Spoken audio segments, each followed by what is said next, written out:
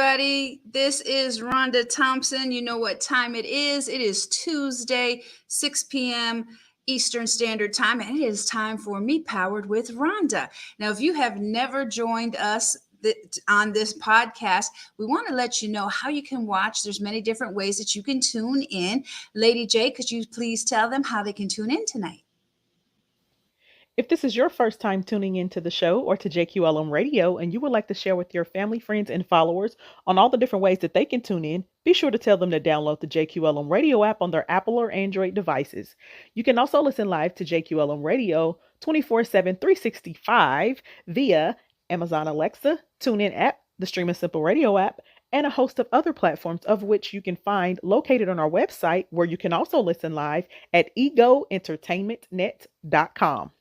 Also, don't forget to follow, like, and share us. We do follow back. Connect with us on Facebook, Instagram, and Twitter at JQLM Radio. You can also connect with Ego Entertainment Network at EgoEntNet. That's EgoEntNet on Facebook, Instagram, and Twitter also. Also, connect with us on LinkedIn at Ego Entertainment Network. And don't forget to subscribe, like, and share our YouTube channel, Ego TV Network, at youtube.com/Ego TV Network. All right. And you can join me and follow me as well. You can follow me on Instagram at me.powered or at Rhonda T and ATL. You can also follow me on Facebook at Me Powered, or my personal page is Rhonda Thompson. And we've got a website that is in the works. I know you've been hearing it for a minute, but I promise it's coming. It's going to be mepowered.co. So make sure that you have that locked in so that when we're ready to launch, that you will be the first one to be a part of that.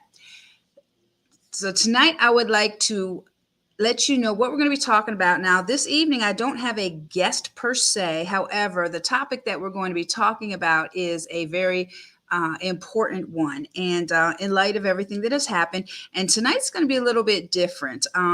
Lady J may join in, she may not. We're going to get a conversation going. But tonight, I really want to encourage you to chime in and make comments and interact with me one-on-one, because the subject matter that we're going to be speaking about today is very near and dear to a lot of people's hearts. And in the wake of the recent school shooting at Texas, that was a week ago today, I want to talk about how this affects people and on how many different levels it affects people. Now, before we get started, I just want to make it clear, I am not wanting to, nor am I going to try to dissect this investigation. That's not my frame of reference that I'm coming from this evening. What I want to come to you from is a place of looking at this as how a trauma impacts the entire community and on what level, especially when children are killed. And tonight may be a little bit graphic to listen to. So if you got little ones around you,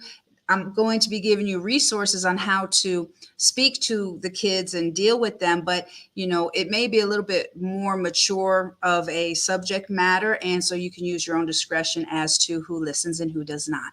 But it's very important, even with the children, because, you know, these kids that were involved in this and that were affected by this were fourth graders, which are 10 and 11 years old. So, you know, your child, I'm sure, is dealing with a lot of things. And I do counseling, I do coaching, and I've got my own business, and I've got clients, and this has really shocked a lot of people. And I've got clients, adults that and juveniles that are impacted by this. And I just wanted to share some resources, and I wanted to share some coping skills and techniques on how to approach when a major trauma like this, especially a school shooting takes place, a mass shooting, and how do we approach it? You know, what do we do? How do you answer the questions that the kids have? How do you as a parent decide to let your child go to school? Different things like that. So I invite you in on this conversation tonight, because this conversation is not about me. It's not about anything else. It's about getting resources into everybody's hands for how do we deal with such a traumatic thing, you know, on every single different level. Now, I will share with you one of my personal things that I've been through. And unfortunately, a lot of people have had the experience of losing a child to gunfire, and that is a very unexpected loss. Now, before we get into everything, of course, we want to give our deepest condolences to the family members, because a lot of the funerals started today for those kids, and it's a heartbreaking situation. It truly is. So, this evening, we're talking about what to do in the wake of a school mass shooting. And we're going to be bringing up several different things. And you're going to find out that there are some things that I found out while I was researching this that I actually wasn't aware of, that was quite enlightening to me as well. And one of the things that I am trained in is crisis intervention or first responder, and that's one of my fields. So whenever there's a crisis, there's certain things that are needed, there's certain things people don't realize, and the way that we respond is very critical, especially to the families beyond the day of a traumatic event that happened, such as this, which was last week Tuesday. So that's where we want to get started. And if you're on Facebook, you can go ahead and comment, and we can bring your comments on air, so you don't have to engage per se visually, but we can get your comments, your questions, your concerns brought up, and then we could talk about it. So that's what I want to do, is open this up tonight, and hopefully begin a pathway of healing. So that's where we're going to start. And Lady J is listening by, so I'm sure she's going to tune in, chime in from here and there, and we will get the conversation going. So, one of the things I found out is, okay, in light of the recent events in Texas, um, of course, there was 21 people that were affected by this, 19 children and 2 teachers. That is almost as high as the Columbine tragedies, where 20 children were killed in 2019. So this is being saw as the second most violent school shooting in the last decade. Okay.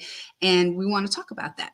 So, as we get going here, I'm going to go ahead and bring Lady J in, and get the conversation going. So, I'm not the only one talking, but I don't want to make light of anything, because it is very serious. And we want to, just open it up and let you guys know this is a safe place to talk and to get your feelings out. Even if you're angry, even if you're sad, you don't have to filter yourself, because this is, we've got to talk about things in order to heal. So, as we get going here, so Lady J, let me ask you this.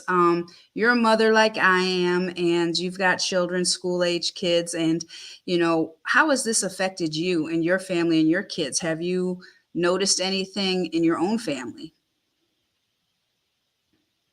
Uh, I would have to say no, only because I'm constantly talking to my kids about, different things. Whether it's fights, somebody bringing a gun to school, shooting and things of that sort. Mhm. And this is not the first time this has happened, of course.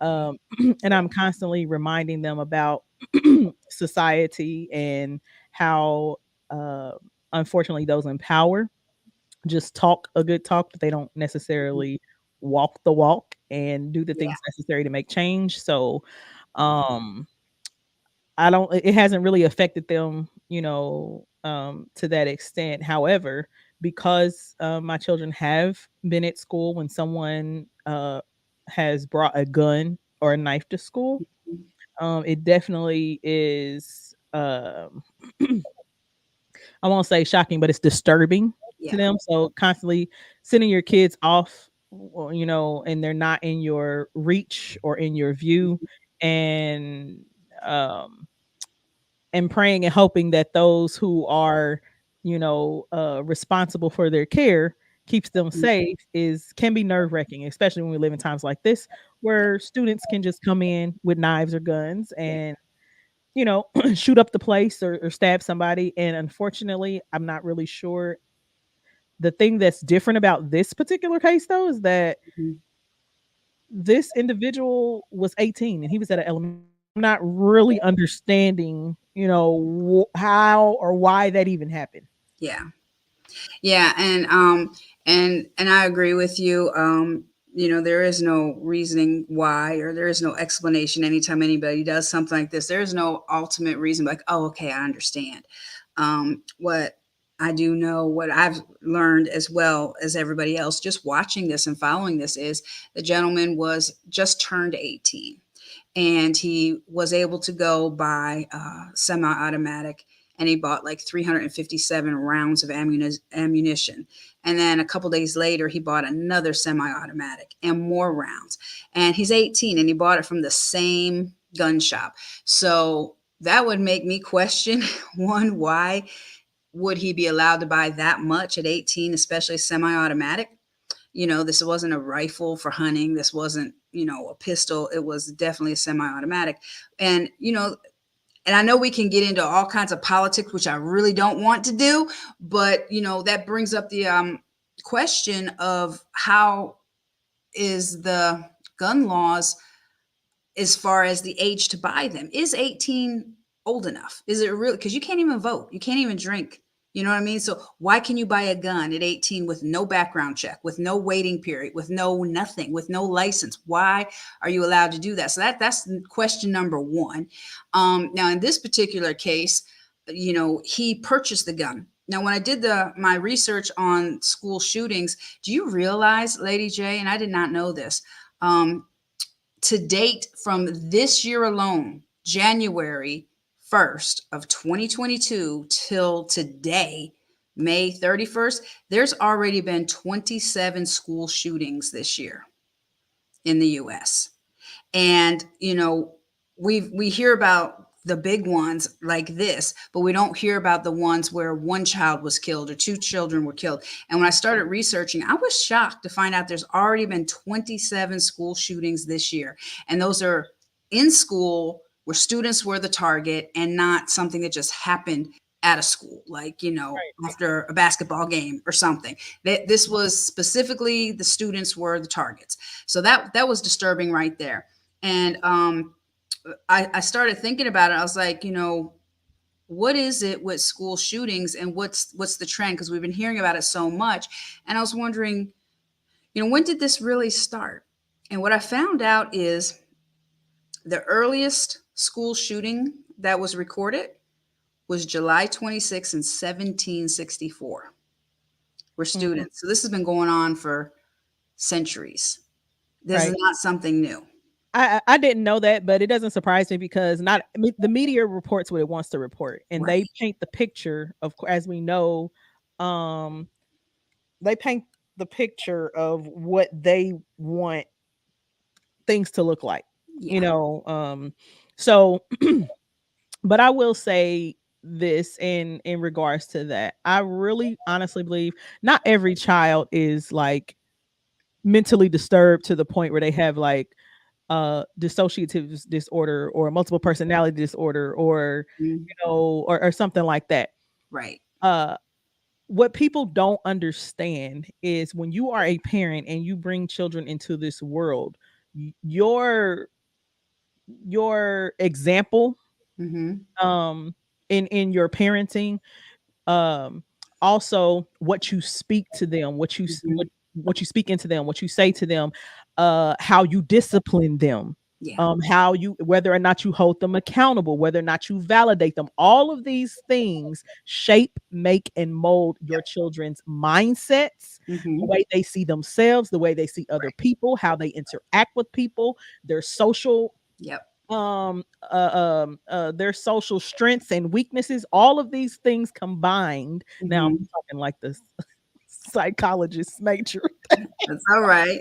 That's All okay. of these things You combined, got psychology as well. yeah, all of these things combined shape and make and mold them into who they become, and then go out into the world and portray and exhibit that behavior Right. towards other people. If you don't have a healthy way of teaching your kids how to deal with conflict resolution, how to use their words, Mhm. how to, when to ignore, when to respond, when all of these things are necessary. And I don't know too many people that really sit down and have those conversations and teach their kids that. I do consistently. I'm constantly telling my kids, that doesn't warrant a response. You don't have to respond to that. Or Right. this is, constantly telling them, you're great, you're beautiful, you're smart, Right. you're this. People are going to talk about you. People are going to say this. People are going to do that. One of my children is a special needs child. Mm-hmm. And people have tried to bully her and things of that sort, but I'm constantly teaching them these things so that they have tools and resources they can use when they go out into the world. And kids have to get to the point where they understand that sometimes, whether it is 300 kids in the school, if all 300 kids in the school are are seeing you one way, or they're going left and you're supposed to go right. I don't care what they say, what names they call you. You stand Right. on what you know is right, because at the end of the day, there'll be repercussions for them and not you. And I think that is the key to what is being missed when these kids go into these schools and they open gunfire Mhm. or start stabbing or whatever the case Mhm. may be, because they're not being taught Right. those things at home. Yeah, and you brought up a good point, because this particular shooter was 18, but yet he went into an elementary school. So that's kind of unique and different, because these kids would not have had any interaction with him prior. So why he chose an elementary school, who knows? But and when kids are going to school and they're going through the drills, unfortunately, it's becoming to a point where they're becoming desensitized to a degree of people getting shot and things happening, and because you're hearing so much of it, um, and it's hard for kids to understand, and for parents that, hey, if your child goes to school, they may not come back, and so that instills a lot of fear, that instills a lot of anxiety. And tomorrow is June 1st, which is actually the one of the things June is known for is National PTSD Month. And that's typically for veterans, but PTSD is, any type of post traumatic stress. So Mhm. this is definitely going to create PTSD in a lot of these kids. And I did some research about Sandy Hook. They followed some kids from after Sandy Hook, when that happened, till now, when they heard about this. And one of the stories that I saw was one of the girls, who is now 18. She just heard about it and on TV, and she immediately started screaming, and she regressed back to what she went through. So it started everything all over for her. And they had interviewed her, and you see them interviewing the kids, right? Which is kind of disturbing to me, to see news have a 10-year-old who just went through this. Hey, what did you think? What were you feeling? I'm like, what the hell is that about? You're Yeah. traumatizing this kid a second time. And the parent was sitting right there, didn't say a word. And that goes back to the parent not being an advocate And for the didn't child. say a word. And the child, 10-year-old boy, was speaking as if he was the man. And the mother was just like, didn't say a word. I'm like, are you kidding me? Number one, I wouldn't let you ask my child Right. how he was. And you're asking them before I could ask them, in the wake of this just happened. And on a personal note, I mean, I have some personal experience, not with a school shooting, but as you know, and some people may know, though a lot of people may not know, my grandson was murdered on his 13th birthday. He was shot in the head when he was asleep in bed. And I remember, and that was 8 years ago, and I remember how that affected my daughter, his mother, how it affected his sister, how it affected his brother, how it affected the school, how it affected his classmates, and there was things like they had his locker all decorated. And one of the things when kids go through something major like this is all those elements of anxiety and all those reminders, those triggers. They've got to go to school, and this just happened. They have classmates that are not there anymore. They have questions. They don't know what to feel. They're seeing all these memorials. They're passing by the lockers, Mhm. and they don't know. And they're 10 and 11 years old. I mean, Yep. how do Yep. you comprehend that when adults can't even comprehend it? And again, that's why I say that a lot of this really falls on the parents. Even the 18-year-old who went in there Mhm. and shot up the place. I mean, the parents of the Sandy Hook, child. I mean, how can you not know what's going on with your kid when they were planning this for, you know, however long? And Well, parents can be that detached and not know. They can, because they don't pay attention to their kids, and they yeah, just that's what I'm let them saying. do internet, and they just, let them, and they don't check on Mhm. anything. So And they that's what I'm can saying. not know what's happening because they're not connected. And that's what I'm saying. As Mhm. parents, when, like for instance, like I have 4 children. Those are 4 different types of personalities. Yes. Every last one of my Yes. kids are different. I have Yep. 2 boys and 2 girls, and I can tell somebody can say, the school can call and say, well, your oldest son is in the principal's office, for because he got into a fight. And immediately I'll say, I already know he didn't start it. Somebody else did something to him and he retaliated Hmm. because I know my son. Right. Now, if it was my youngest son, my first thing is he probably threw the first punch. Right. You know, Right. I know their Yeah. personality, Yeah. and if I don't understand how you can be a parent Hmm. and live with your kids every day, and I guess you could say if you're an involved parent and not Yeah. know like what's going on with your child, you ought to be. Sometimes you can look at your kids and know when something is wrong. They say, "Oh," you say, "What's going on?" Hmm. They say, "Oh, Right. no, I'm fine." Now, Rhonda, now if you're looking at your child, you know good and well something is wrong, even though they telling you that Yeah. everything is okay. And so I think that is it's a being a parent, being involved and being, like you said, connected and paying attention is Hmm. is key. But I really think that this particular situation, this 18-year-old, the vibe that I got from it, how let's say a child that, or some of the serial killers, if you will, Hmm. they grow up in, let's say, abusive homes or something, Right. and then they go and take their, let's say it's their mother or something. Hmm. They go and take that anger out on other women that look like their mother, Right.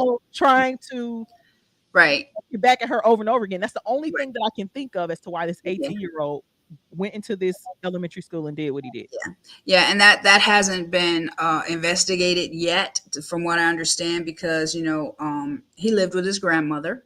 So Mhm, right there, he wasn't with his biological parents. He lived with his grandmother, mhm, but he shot his grandmother in the face first before he went to the school, and nobody knows why. Yet that hasn't come out yet. Um, and he struggled. He got the truck. He took off in the truck. He crashed it in a ditch, and the school, the teacher left the door open, propped open in the back. That's always locked, and he saw that, and he went in there. So it's like there's so many things that don't add up. And then why did the police wait almost an hour? It's just there's so many things. And like I said, I yeah, don't want to dissect the case. I want to talk about the aftermath.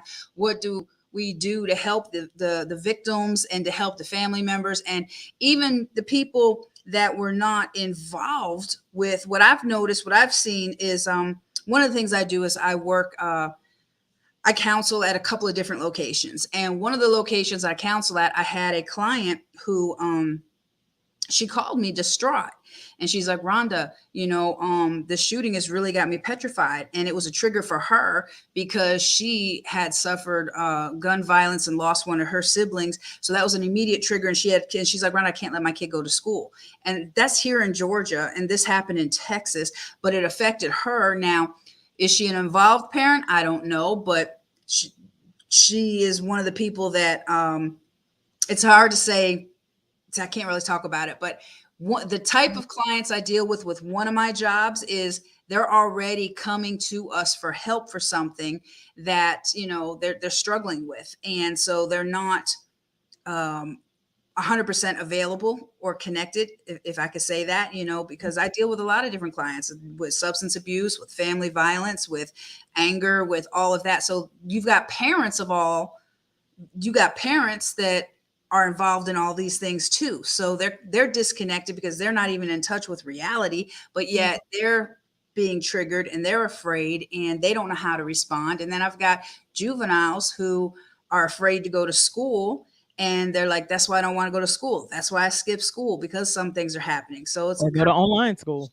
right. And Yeah. it's like a catch 22. And I even said to my kids this weekend, I said, I'm so glad that all of you are grown, because my youngest son, Denzel, is 26. I said, because I'll tell you what, if you kids were school age today, there's no way you would go to public school. I would not have my kids in public school. That's just me. They would be, I wouldn't be able to homeschool them, but they would be on an online school or something and be Mhm. involved. But there's no way I would let them go to public school with everything that's going on, because it's just too many things, Right. that happen.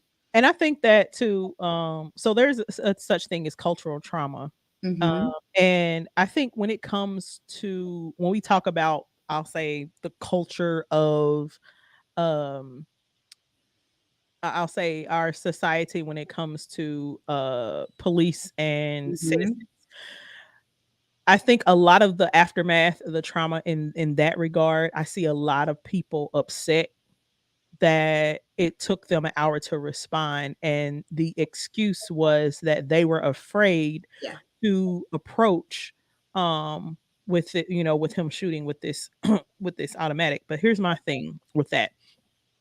Um there's a huge issue with uh law enforcement if you're Yeah. scared to approach Yeah. a gunman.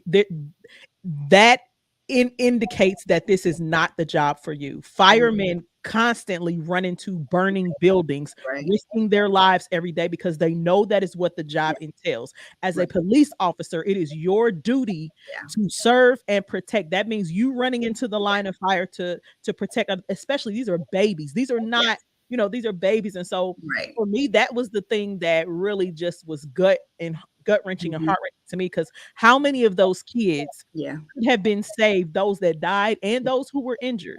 Right. The little girl, I don't know if there was an 11-year-old girl who Hmm. took the blood from her friend and wiped it all over her body and It looked played like she dead was dead. Yeah. so that she would Yeah. not be shot. And Can you yeah. imagine how traumatizing that Yep. was to her to take the blood of her friend just so Right. that I can't even begin to Yeah. imagine that at 11. So I think for me, Right. and probably for a lot of parents, because let's just be honest, a lot of those schools have police presence, whether it is security or actual IMPD or Mhm. GPD, Georgia PD or Texas PD, whatever the case may be. Right. Right. The fact that you would sit back and wait Yeah. and watch Yeah. And the and parents are, our parents are, screaming for you to go in, and they had 19 officers in the on the hallways, but the door was locked. It's like, what? you mean How to do you tell me, not have but like I said, there's so many holes to it. But man. you brought up a great point about that one girl who covered herself. She Mhm, was able to think that smart in a mhm, instant like that to, I need to play dead. mhm. And you don't know if her parent taught her that or if that's just a survival instinct. And then you've got all the other She kids saw in a that, movie. right, right. And you've got all the other kids that, had they responded sooner, there were several accounts that, unfortunately, a lot of children bled out because Mhm. they weren't helped and they could have been saved. So that's another thing. And it's like, how do you explain to parents that are watching the police? And I remember when that happened with my grandson, it's like we were trying to get answers and the police were not answering, and they wouldn't let us in, they wouldn't let us see. And I remember how frustrating that was, and how you were just totally helpless. And you know I'm surprised that a riot didn't take out where the parents just went in and pushed everybody out of the way. Right, right, Your right, child was in there. right. But yeah, there was so many things. And I know we have to take a break because I'm looking at the time here, and I know it's just me and you, but um I know we got to take a break because I do want to focus on um, you know presenting resources and different things for people, how to put the pieces back together and how to make not sense of this, but how to talk to your kids, how to deal with the anxiety, how to deal with all you know the grief, all the questions, all of that, and resources that are available for everybody when we come back. Um so this is going to be this is a hard thing to talk about, but it's necessary. It's necessary. We need to talk about it, and we need to let people know what's available to them. And yeah, so that it is hard for me to talk about because it's personal to me too, because it's bringing up memories for me. So and he was only 13, so 10, 11, 12, 13, that's still you don't expect to have to bury your child. You never expect that, especially an innocent child that was gunned down, especially, a kid that was just doing what they normally do on a typical day, and then somebody shoots them. That's a different kind of grief. That's a different kind of sorrow. That's a different kind of anger than if somebody gets hit by a car. And I'm not making light of it, but it's different when somebody is taken from you. So I feel for all these parents of these kids and the families of the teachers, but especially, all those babies and, their family members. So I want to make sure we provide resources and, places for people to look to get some answers. I guess we will take, because you're on mute. I didn't hear you. I see your lips moving, but I didn't hear you. Yeah, I So was letting you take us to break. okay, well, all right. So we will be right back after these commercials, and we will pick up our conversation. Have you subscribed yet to the free bi-monthly digital interactive Ego magazine? No? Well, head on over to www.egoentertainmentnet.com to subscribe now. This magazine is all about supporting and showcasing excellence in communities everywhere, from music, arts and culture, relationships, education, politics, celebrities, food, and so much more. While you're flipping through the pages, just click on the buttons and social icons and you'll be taken to a whole other world behind the articles and ads. At Ego Entertainment, everyone is a star. There is something in it for everyone. And we hope you are positively impacted by what you see and will continue to support Ego Magazine. Track CBPD by Arulo. The Gallery Event Center and Ego Entertainment Network has teamed up to bring you the #1 all-inclusive VIP Premier Event Package. Get ready to drop mouths open with this one. It includes 6-hour venue rental, unlimited tables and chairs, table and chair covers, chair sashes, table centerpieces, charger plates, projector and screen, 65-inch TV, wireless microphone, surround sound, complimentary drinks, soda, water, beer, or wine. Also, travel to and from event for Ego Entertainment Network, setup and breakdown of equipment, 4 hours of services including recorded media coverage and interviews, audio and video, editing of all data captured with music background, customized graphics B-roll footage of your event, red carpet or step and repeat setup, coordination and interviews on your carpet or step and repeat. You do not want to miss out on this amazing opportunity, and the package is all inclusive for just $3,000. Book now at thegalleryeventcenter.com. That's thegalleryeventcenter.com.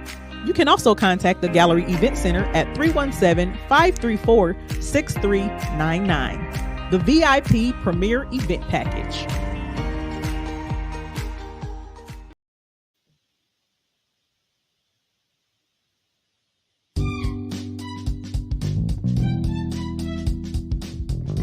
Hey there. If you can hear my voice, this is Pamela, host of Hospitality, here to remind you that Ego Entertainment Network has a lot for your business. Listen, honey, you need to get with it. Ego Entertainment offers various services, media coverage, red carpet services, promo interviews on air. They offer meet and greet services, honey, not to mention other event services. You want to get in gear.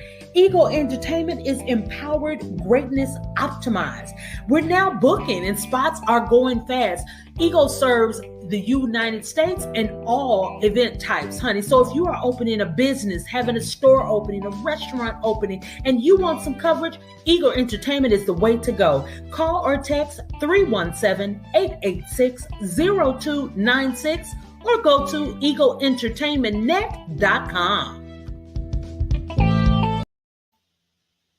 All right, we're back, and I need to go ahead and mention my premier sponsor, Rob Delitas. He is the co-author of Kill the Craving, and he is the founder of ERP Therapy for Substance Abuse. He provides corporate training, individual training, group settings, and he's available in several different states. And so if there's any type of substance abuse or that which is beyond addiction chemically, he is the person to contact. So contact Rob Delitas, erptherapy.com, and his email is roberpman@gmail.com. All right, so we're talking about the trauma of a mass shooting, and especially when kids are killed and gunned down. How do we begin to put the pieces back together? as a nation, as a family, as individuals. And the second half, I wanted to go ahead and focus on providing resources and different things that are available. Now, you and I, Lady J, we both have psychology backgrounds and stuff. And so, the obvious things that come up is, with a major traumatic event like this is going to bring up anxiety. It's going to bring up anger. It's going to bring up PTSD. It's going to bring up, you know, fear that is paralyzing. Some kids could, I was reading up on the Sandy Hook people that they followed now, and a lot of responses to them is some of the kids, they became mute for a while. They stopped speaking. They didn't engage. They pulled their hair out. They pulled their eyelashes out, because especially when you're young like that, you don't have a means of communication. You don't have a way to express how you feel. And I found this great book for preschool kids or for younger kids called Sometimes I Get Very, Very Scared. And it has a bunch of animals, and they're all talking in a group setting about different things that scare them. And there's different ways to talk to our kids about things, because you can't talk to an 8-year-old the same way you would a 15-year-old. You have to meet them on their level. That's number one, is take into account the age of the child. And then also, respect the fact that they witnessed this or they were part of it, so that they are a lot more aware of things than you may realize. And don't take that for granted that they don't know, because they were just in the midst of it.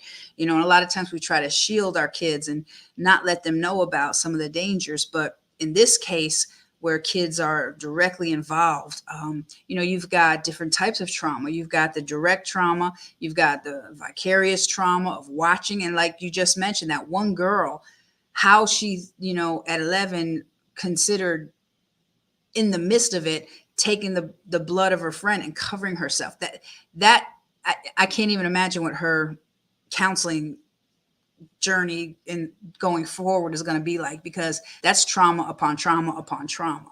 But yet you respond, that survival mechanism kicks in, or like you said, she may have seen it on TV or watched something, or hopefully, her parents taught her something like that. And that's not something we think about to teach our kids. But go ahead. No, I was gonna say, yeah, I agree. I think that, like you mentioned, a lot of different symptoms that Mhm. are the result of a traumatic situation. Right. And I think when it comes to a lot of those symptoms, especially anger, because when kids are angry, they express themselves in different ways, especially kids Yeah. that little.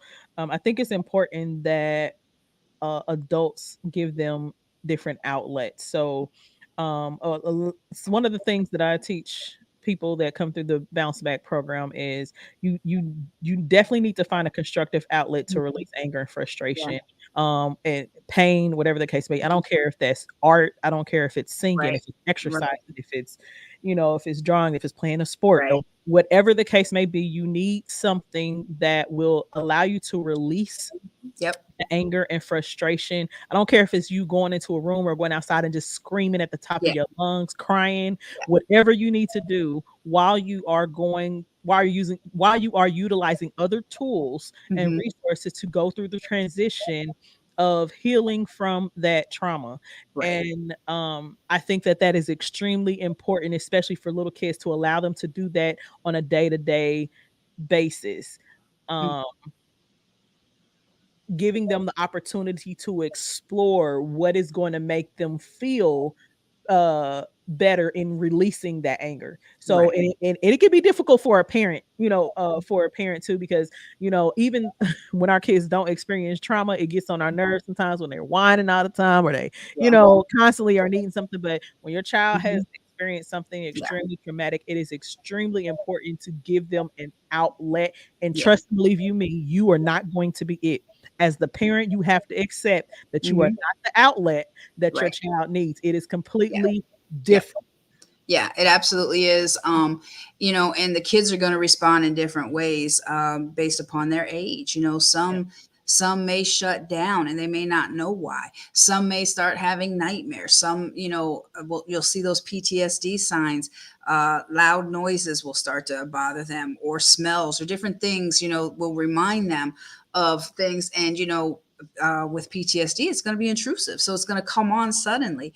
They may not want to go somewhere. They may regress and start bedwetting. They may regress as a child. They may be afraid to trust, or they may be. I was talking to my oldest daughter before this broadcast, and I had invited her to listen because she's the mother of my grandson that was murdered. And she said one of the things that if she could give advice to anybody that loses a child this way, is she said the worst thing you could ever say, the thing she hated more than anything. And people don't realize there's some things that are helpful and there's some things that are not helpful. Is everybody would say, she said she hates these words, "I'm sorry for your loss," because she's like, "Mom, it's not like I lost him. I didn't go somewhere and lose him," and people mean well, or they would say, "Well, God must have needed another angel." She said that went through her like she would not believe. And she didn't know how to, and that made her angry because she was already processing her own things. So, in the light of a crisis, when something like this happens, is, everybody, most people want to help, and they're good natured, they're good hearted, they want to do what they can do, but people don't know what to say, they don't know what to do. Now, in a crisis situation, like, especially if you're a first responder, especially after something major happens, it's the little things that people don't realize that you need. Like, for example, if somebody, they can't express anything, one of the best things you can do is just ask, what is it that you need? What can I do for you? Because they will tell you, "I don't want nothing, leave," or whatever. But even sometimes just your presence alone is more powerful than you would realize. Maybe somebody needs a glass of water. Maybe somebody needs, help thinking about how are they going to bury this child.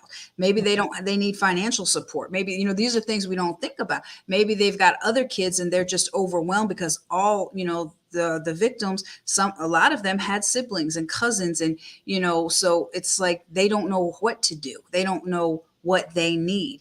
And Right. so, you know, as far as a crisis type situation, taking care of those basic needs a lot of times is the thing that we don't think about that people need, because we're thinking on a big level, or we're thinking on this great big spiritual thing, and we want, and they're not even there yet.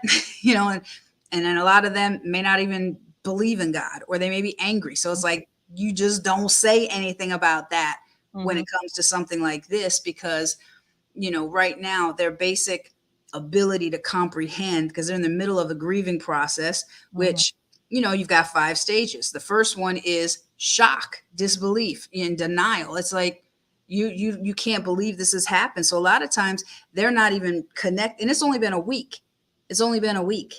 So it's going to take people time to connect the dots a lot of times. And we have to allow them that space and that time to go through each one of the grieving stages. And that includes the additional children that were affected by it too. And they may go from stage to stage and bounce back and forth or stay in one for a minute. And that's okay. There's no rules and no reasons or rhyme or, way it has to be, because everybody grieves their Right. own way and on their own time. Absolutely. But for kids, though, one of the best things that you can do is, especially if it's little kids, is keep their routine as familiar as possible. You know, not letting them listen to a lot of the news and the media, especially because it's bombarding and stuff like that. As you want to keep them away from a lot of that. Especially if they're younger, because they may be flashing up the pictures of the friends, and Mm-hmm. even on the anniversary now, every August, the news will still do a thing, and they flash up, my grandson's picture, and it's like, whoa, and that catches me off guard all the time. So Mm-hmm. just seeing, their friends, and seeing the pictures and seeing all of that, that's continually traumatizing. So one of the things that parents can do is limit their amount of media and news and stuff like that.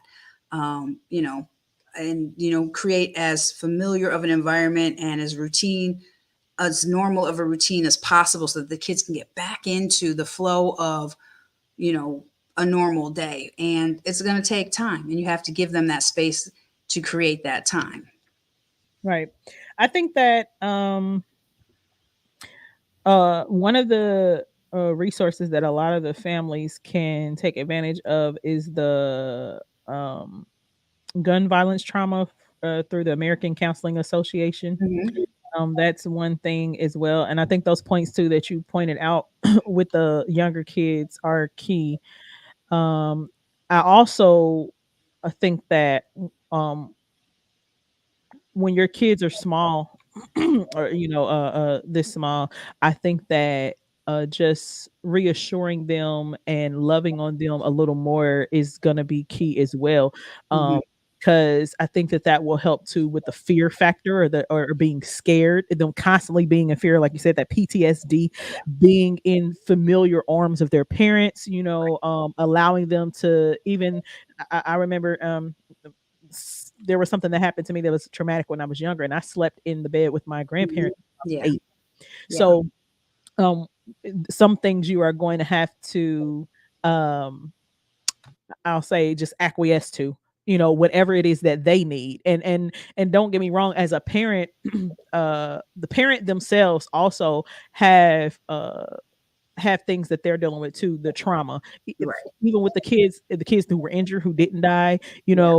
as a parent, I can only I can't even imagine. I would lose my mind if something happened to Mhm. one of my kids, you know, Yeah. um, in that regard. So, as a parent, though, unfortunately, it's important that you are taking care of your mental health, Mhm. and at the same time, though, you can't get so wrapped up in your own mental health because you're responsible for a little human being. So I Right. think that maybe attending those types of things together with your child, because I know a lot of places allow the family support, but at the same Mhm. time, also having an area where the child gets that support and then you get the support that you need, but at the same time, just constantly, loving on that child, making sure they feel safe.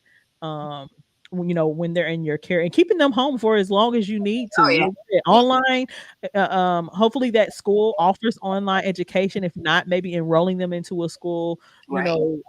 where they can get online education until they are able to work through that, because it's going to be a process. It's not going to be something that happens overnight. Right. And, and you're so right about all the different ways that kids express themselves and getting their emotions out. And that's all going to be based on, their age as well, and giving them the space and the Mhm, time to do that. And as a parent, you got to realize that this may take a long time for your child, and they may never be okay per se. And the only example I can give, like on a personal note, is my granddaughter, was my grandson's sister. It's been 8 years. She hasn't cried yet. 8 years. And mhm, so, she was 12 when it happened, and she's 19 now, gonna be 20. She hasn't cried yet over what happened to her. So, and she kind of numbed herself, and my daughter numbed herself, and everybody kind of disconnected. And trying to get that family unit together. Some kids may numb themselves. Some kids may be afraid to trust again. They may be afraid to make friends now because they're afraid that they're going to lose their friend or something. And they could be kind of like walking zombies, so to say, mhm. Right, even though right. they're little, and where they guard themselves and like, I can't get close to you. And, school now becomes, it's not this safe place. And, maybe when you start to make friends and you start to get comfortable, that fear could slip in, especially if you witness this or if you were in that room, Mhm. like that one girl. And it's like, and just seeing that and hearing the screams and hearing all that, that could make kids not want to trust again. And, they're in those formidable ages still.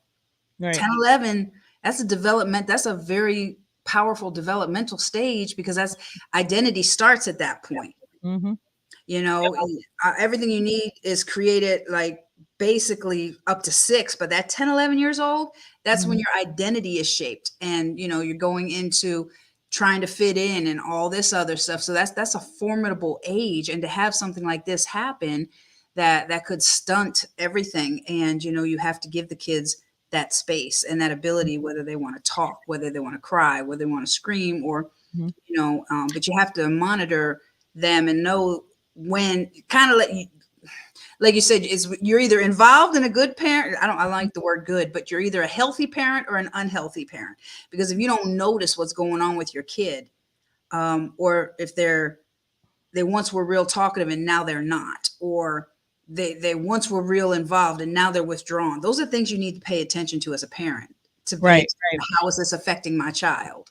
And I also think, I know we've been focusing so much on the kids that we haven't really said too much about the parents, but Mhm. there are parents who are hurting and traumatized Oh to yeah. their child. And I'm pretty sure that a lot of those kids had siblings too. Oh And yeah. so Yeah. here's the thing about that. The sibling is just as Mhm. traumatized and Yep. upset, or the father, other Mhm. family members. But what I really want to uh to say too is, to the parents, they too need to utilize those same outlets. Find constructive outlets to release your anger, your frustration, your hurt. And don't allow the situation to keep you from being a parent to the rest of your Right. other children, because when if that happens, then you have you have a whole nother level of trauma on top of Yep. trauma, considering your children that are still here. And Yep. believe you me, you do not want that kind Mhm. of issue, when a child is neglected or feel Mhm. abandoned, and they have nobody to turn to talk about how they're feeling about the situation, because yes, you lost a child, but they lost a sibling, Right. and now not only did they lose a sibling, now they've lost a parent as well, Right. because the parent has now become Right. detached and not engaged. Right. And that is exactly what happened in my oldest daughter's situation with her kids. Everybody separated. And that's one of the things my granddaughter said to my oldest daughter. And she's like, when we lost Niger, we lost mom too. And she kept focusing on losing her son. And people would say, well, you have two other kids. And she's like, yeah, but it's not like he was a spare child. So she had her own grieving process to go through, but yet you have to be very, very careful not to push everybody else out. And, Right, and right. that's a whole nother Yeah, component, because now what that, just in light of this happening, that's already, kids are dealing with anxiety. So they're going to be more prone to substance abuse. They're going to be more prone to different things because they're going to want to try to numb the pain or not feel. And, so they're already being set up for that. But then if you have a parent that is not involved or doesn't notice or is incapable, then that child has, like you said, not only lost their sibling or their classmate or a cousin, now they've lost a parent as well. So it's right, a right. double trauma. Yeah, and you And have the potential to lose a more than one child. When you do that, as a parent, you have to be you have to be real with yourself and understanding, yes, I'm in a lot of pain right now, yes, I've lost a child, but what you're ultimately, when you decide to stop being a parent in the midst of your trauma, it is 100% possible to be grieving, to be in pain, to be hurt, and still parent. um it's just a matter of finding the right resources, the right support group, the right, whatever that you need to help you get through that. Because the moment that you do that, what you're doing is you're sending a message to your other children that their lives are not as valuable as that child's life that right, you lost. And right. then they begin to seek what they are no longer getting from Support. you Yep, in other exactly. people, whether it be gangs or whether it be Yep, drugs. And then exactly. they start to feel like nobody loves me. And then you might Right, have a child that's now dealing with suicidal ideation. right. Then or you have a child who becomes homicidal, whatever the case may be. Yep, These are real yep, life things. yep, You do yep. not want that to happen. Exactly. And that's why I'm so glad, talking about this tonight, because it affects, trauma like this affects on so many levels and so many different people. And that's what we have to look at, is it's not just this right here. It's Mhm. it's that whole, um, community that's involved, whether it's siblings, whether it's parents, whether it's cousins, whether it's classmates, whether it's friends, whether everybody as a community is mourning. Everybody as a community is affected on a different level, and Mhm. everybody has a different level of healing and that they have to do. And there's different ways to approach it. Um, Now, for parents, yeah, I mean, speaking to a counselor for yourself, for your children, family counseling, and everything, that is definitely critical. And finding somebody that is going to be a good fit, because not every counselor is a good fit. Just because somebody is a licensed counselor does not mean they're a good counselor. Does Right. not mean they're the right fit. You know, it's like it may take you a minute to find that right fit for you. You Mhm. know, and your person that you talk to may not be the right fit for your child. Right. They may Exactly. need to talk to somebody else. And, you can't worry about you're the one that has to bring this healing for your child, because it may not come from you, because they may not even Right. trust you to talk to them. It may come from somebody else, and you have to open that up to allow it to come from by any means necessary. At this point, the focus is, that they're okay, you're okay, and everybody gets what they need. But there's lots of support groups, lots of resources out there, and we just wanted to get the conversation going, Yeah, for the I people. agree. I think this is a really good topic, really good conversation that needed to be had. Also, I would say to the parents, utilize your village. If you Hmm. don't have a village, I would say create one. Yeah. The godparents, the grandparents, the Hmm. friends that are in, allow them to take your other kids for a while so Right. that so that you can breathe and process and grieve and do Mhm. what you need to do. And at the same time, just call and check on them, making sure Mhm. they're okay. But utilize your village. Those of you who are part of the villages of these parents, or those shootings that we haven't heard of, if it Right. help help the person in your village when you know that they are dealing with something like this, so that the other children don't suffer on top of the Right. trauma that they are already experiencing as well. Right.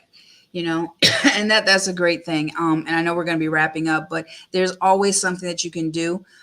Even if it's, them, helping that mother clean the house, bringing them some food. It's those basic needs that people overlook a lot of times, that are the most needed, especially in the face of a crisis. So I'm glad that we opened up this discussion, as well. And if anybody has any, immediate needs, you can always call 211, which is United Way, which is a 24-hour resource center. It'll give you anything and everything that you need in your community. So whether it's counseling, whether it's resources, whether it's food, whether it's whatever it is, you can call 211 24/7 from anywhere in the country and find out different resources that you need. But as far as people that have, dealt with mass trauma and different things like this, you definitely want to seek out a mental health professional right now. It is critical that everybody has somebody to talk to, or a way to express themselves, a way to, work through all of this, and realize that there's no timetable, there's no time limit to healing from your trauma, especially when something like this happens. You know, you take your time and don't worry about what anybody else says. Like, you should be over this by now. No, it may take years, and that's okay. Just, begin the process, ask for help. It's okay to not be okay. It's okay to say, hey, I'm struggling right now, I don't know what to do, and accept the help. So that is all that I have for this evening. Thank you guys for tuning in. Now, next week we will continue with I gotta finalize the guest. I was gonna say it, but I can't say it yet, because it's a question about the guest. So next week we're gonna have a very good show too. But I do, want to reach out, that if anybody needs to talk, you can always reach out to me directly. My website is totalbreakthroughcenter.com, and I'm available to speak to as well, and help you on the pathway to your healing. If nothing else, I can help find resources in your area. So reach out to me. But thank you guys for watching. You've been watching Me Powered with Rhonda. Remember that everything you need is already inside of you.